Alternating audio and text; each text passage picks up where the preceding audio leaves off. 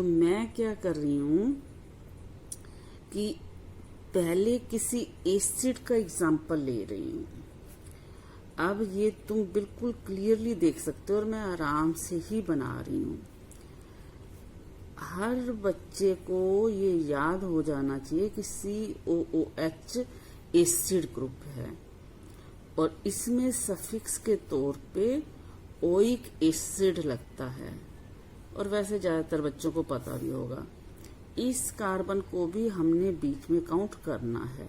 अब इस कंपाउंड में 2 कार्बन एटम हुए तो वर्ड रूट हो गया इथ।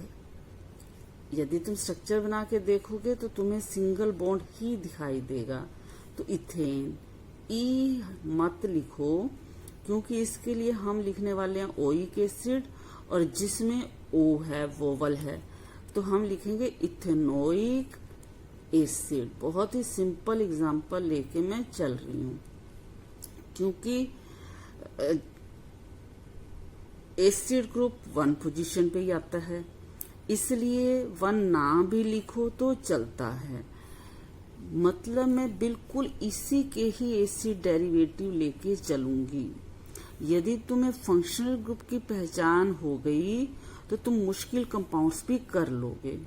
अब एसिड डेरिवेटिव जो पहला है, एसिड डेरिवेटिव वो क्यों है तुम साथ के साथ याद करते भी रहो, क्योंकि यदि हम ऐसी कोई रिएक्शन करें, इसे फास्फोरस पेंटाक्लोराइड PCl5 के साथ रिएक्ट करवाएं तो ये जो OH ग्रुप है ये रिप्लेस हो जाता है और हमारे पास क्या बन जाएगा CH3COCl, जहां पे COCl आया है।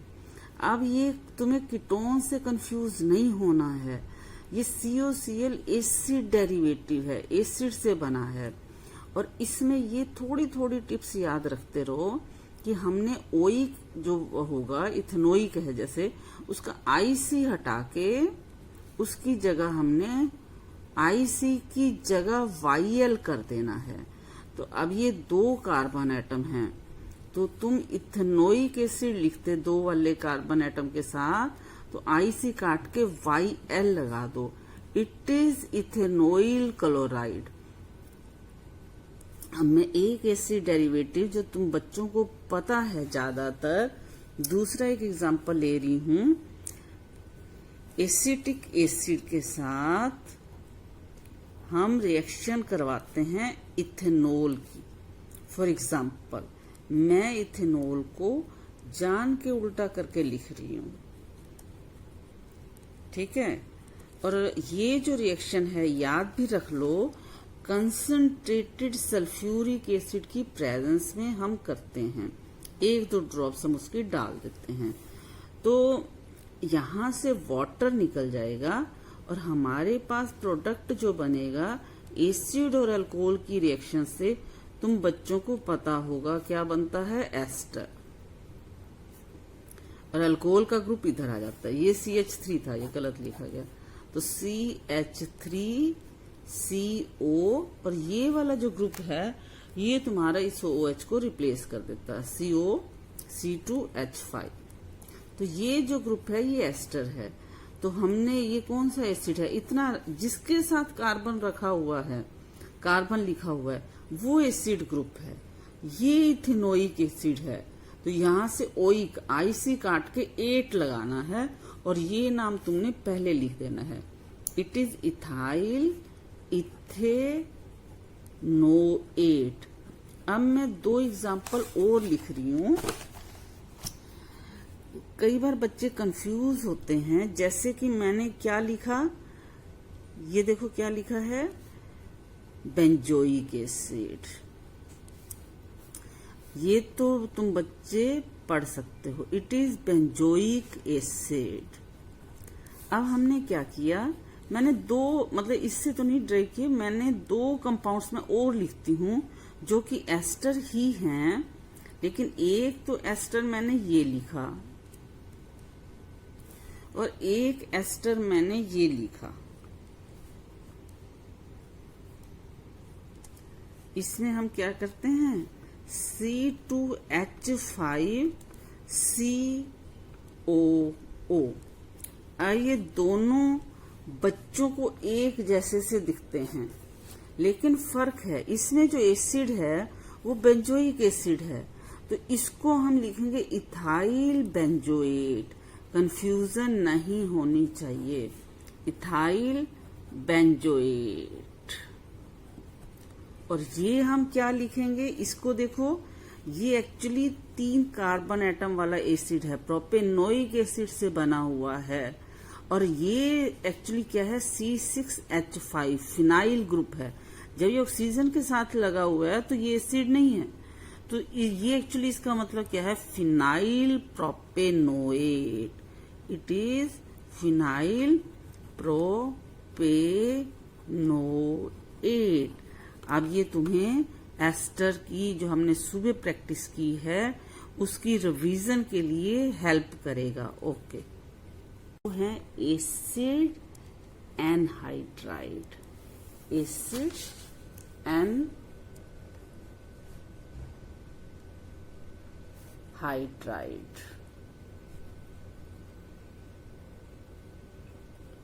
दिख रहा है ना बच्चों? तो एनहाइड्राइड का मतलब पानी निकल गया। हम यदि ऐसा करें, एसिड के 2 मॉलिक्यूल्स लेके और हीट करें और हम डिहाइड्रेटिंग एजेंट, मतलब कि जो पानी ले सकता हो, तो फास्फोरस पेंटाऑक्साइड जो है वो डिहाइड्रेटिंग एजेंट है। तो हम यदि 2 मॉलिक्यूल्स को हीट करेंगे तो ये वाटर, इधर से हाइड्रोजन और इधर से हाइड्रोक्साइल निकाल दो, ये वाटर निकल गया। तो अब हमारे पास देखो क्या रहा, CH3 COO CO CH3।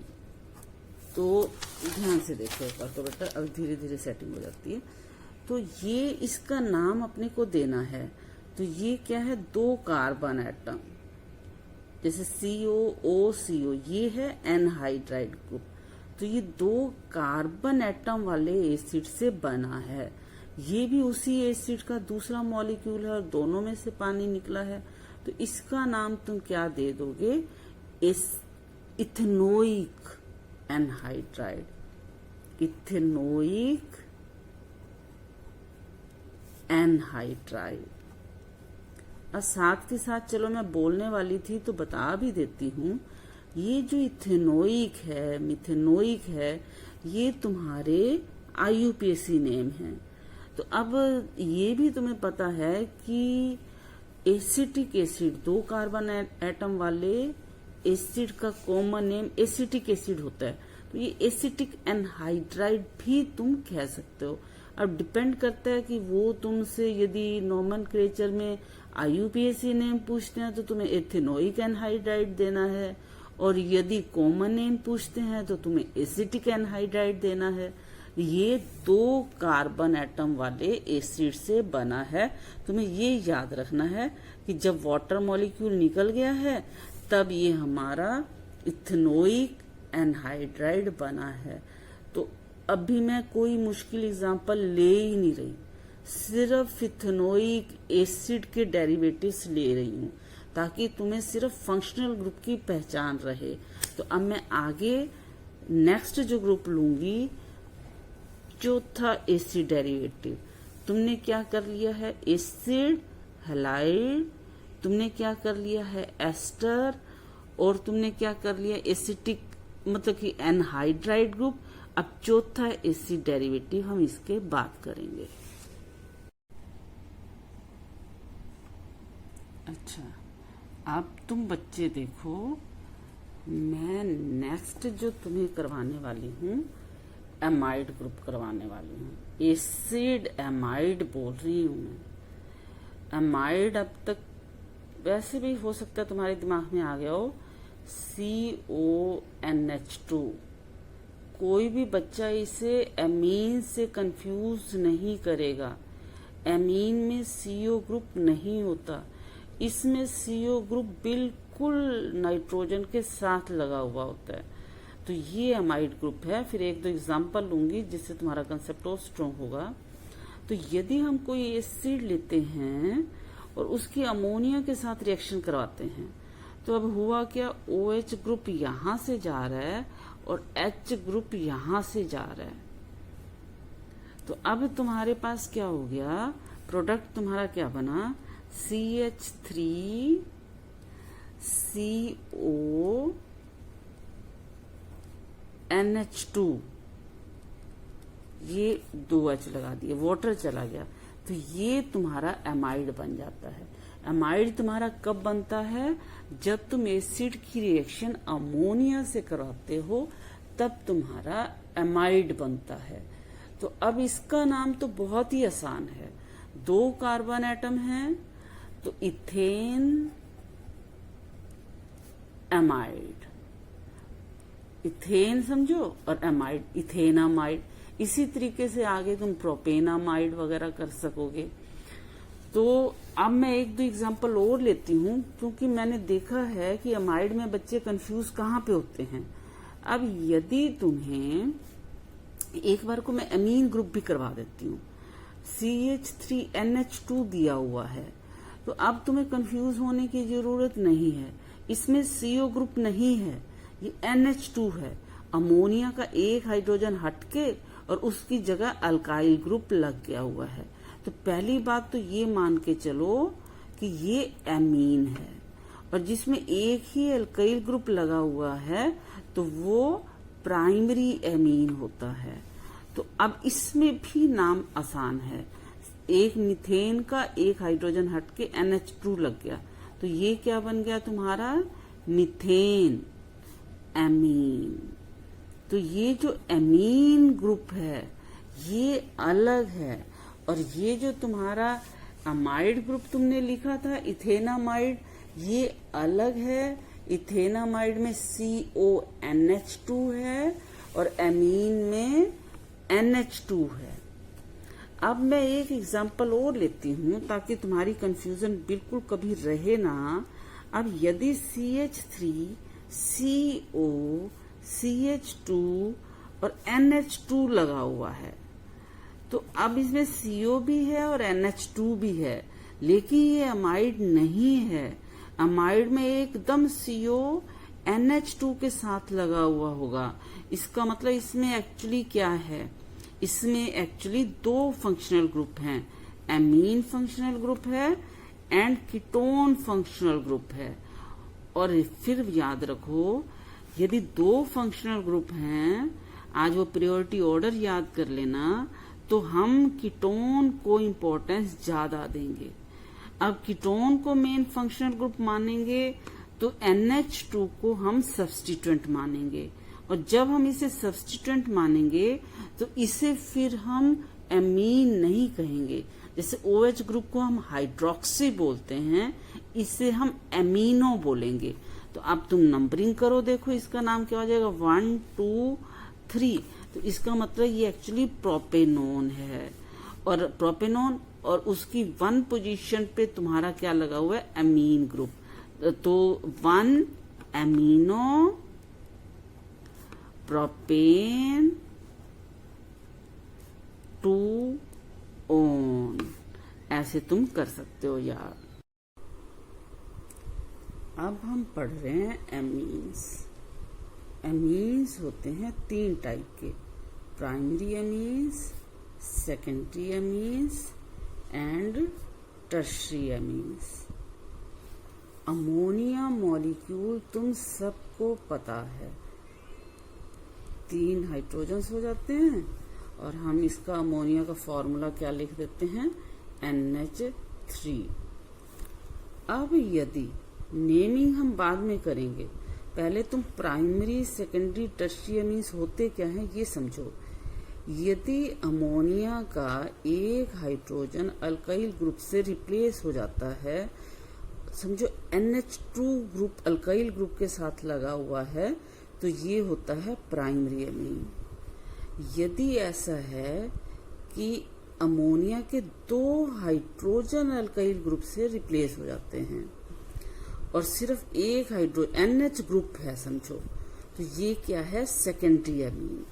और टर्शियरी अमीन में क्या होता है, अमोनिया के तीनों हाइड्रोजन्स रिप्लेस हो जाते हैं R ग्रुप से, अल्काइल ग्रुप से, तो ये होता है टर्शियरी अमीन। अब तुम्हें ये ख्याल करना है कि ये तीनों ग्रुप सेम भी हो सकते हैं और तीनों ग्रुप डिफरेंट भी हो सकते हैं। अब प्राइमरी अमीन का जैसे मैंने अभी एग्जांपल लिया था, अब मैं एक दूसरा एग्जांपल ले लेती हूँ, C2H5NH2। तो इनका नाम देना आसान है। इथेन की एक हाइड्रोजन हटी है, अमीन ग्रुप से हटी है, NH2 को तुम समझने लगे हो कि ये अमीन है, तो ये प्राइमरी अमीन का एग्जांपल है और इसका नाम सिंपल हो जाएगा, इट इज इथेन, ई नहीं लिखोगे, इट इज इथेन एमीन। मैं एक एक एग्जांपल ही करवाऊंगी, बाकी तुम करने जोगे हो भी जाओगे और तब तक तुम्हें समझ भी आ जाएगी। अब मैं सेकेंडरी अमीन का एग्जांपल लेती हूँ जिसमें 2 अल्काइल ग्रुप हैं और मैं एग्जांपल ले रही हूँ कि एक अल्काइल ग्रुप तो मैं ऐसा करती हूँ CH3 लिख देती हूँ और दूसरा अल्काइल ग्रुप में C2H5 लिख देती हूँ और यहाँ पे मैं हाइड्रोजन लगी रहने देती हूँ। अब तुमने एक बात को समझना है कि जो बड़ा ग्रुप है उससे अमीन मानना है, चाहे ये C2H5 यहाँ लगा है, चाहे हॉरिजॉन्टल पोजीशन पे लगा है, लेकिन जो बड़ा ग्रुप है एक्चुअली वो अमीन है। ये इथेन अमीन, इसका मतलब बेसिक कंपाउंड है और उसकी एक हाइड्रोजन हमने हटा के कौन सा ग्रुप लगाया है, मिथाइल पे। जैसे हम 1 2 ये पोजीशंस देते हैं, वो जो पोजीशंस होती हैं कार्बन चेन पे होती हैं, और ये जो मिथाइल ग्रुप है ये कार्बन चेन पे नहीं लगा हुआ, ये नाइट्रोजन पे लगा हुआ है। तो इसका मतलब N मिथाइल इथेन एमीन, पहला लेटर कैपिटल और दूसरा स्मॉल। तो इसी तरीके से तुम बाकी भी कर सकते हो। अब मैं एक एग्जांपल और ले लेती हूँ टर्शियरी अमीन का। टर्शियरी अमीन में क्या होगा, 3 अल्काइल ग्रुप हैं, तीनों सिमिलर भी हो सकते हैं, डिफरेंट भी हो सकते हैं। मैं एक बार एग्जांपल ले रही हूँ जिसमें तीनों डिफरेंट हैं, फिर मैं एग्जांपल ले लूंगी जिसमें तीनों सेम हैं, 2 एग्जांपल ले लेंगे। तो अब इसमें बड़ा ग्रुप कौन सा है, ये बड़ा ग्रुप है C3H7, समझो NH2 और 2 हाइड्रोजन्स की जगह 2 अल्काइल ग्रुप लगे हुए हैं। तो इसका मतलब एक्चुअली हमारा कंपाउंड कौन सा है, प्रोपेन एमीन, लेकिन नाइट्रोजन पे 2 अल्काइल ग्रुप लगे हुए हैं, ethyl and methyl. Alphabetical order में कौन सा ग्रुप पहले आता है, इथाइल। तो तुम लिखोगे N ethyl, N methyl, propane amine. समझ आ गया ना। इथाइल अल्फाबेटिकल ऑर्डर में पहले आता है इसलिए उसे पहले लिखोगे। अब क्योंकि ये मतलब कि अलग अलग ग्रुप में, तो इस इथाइल भी नाइट्रोजन पे, मिथाइल भी नाइट्रोजन पे, इस तरीके से हमने करना है। अब मैं एक कंपाउंड लेती हूँ जिसमें तीनों ग्रुप सेम हैं। मान लेते हैं कि N और इस पे तीनों ग्रुप सेम मिथाइल लगे हुए हैं, फिर तो तुम्हारा काम बहुत ही आसान हो जाता है। एक को तो तुम बेसिक कंपाउंड मान ही लो। अब 2 मिथाइल ग्रुप लगे हुए हैं दोनों नाइट्रोजन पे, जैसे होता है ना 2,2 डाई मिथाइल, तो यदि सेम ही पोजीशन है और सिमिलर ग्रुप हैं तो फिर हम इकट्ठा लिख सकते हैं कि सेम ही पोजीशन पे nitrogen nitrogen, NN di methyl, और क्या बन जाएगा, मीथेन एमीन। और इनको जैसे नंबर्स होते हैं उन्हें कोमा से सेपरेट करते हैं और ये जो नंबर्स होते हैं, जो नाइट्रोजन है इसे हाइफन से सेपरेट करते हैं, ये तुम्हारे रूल्स वैसे के वैसे रहेंगे। Thank you.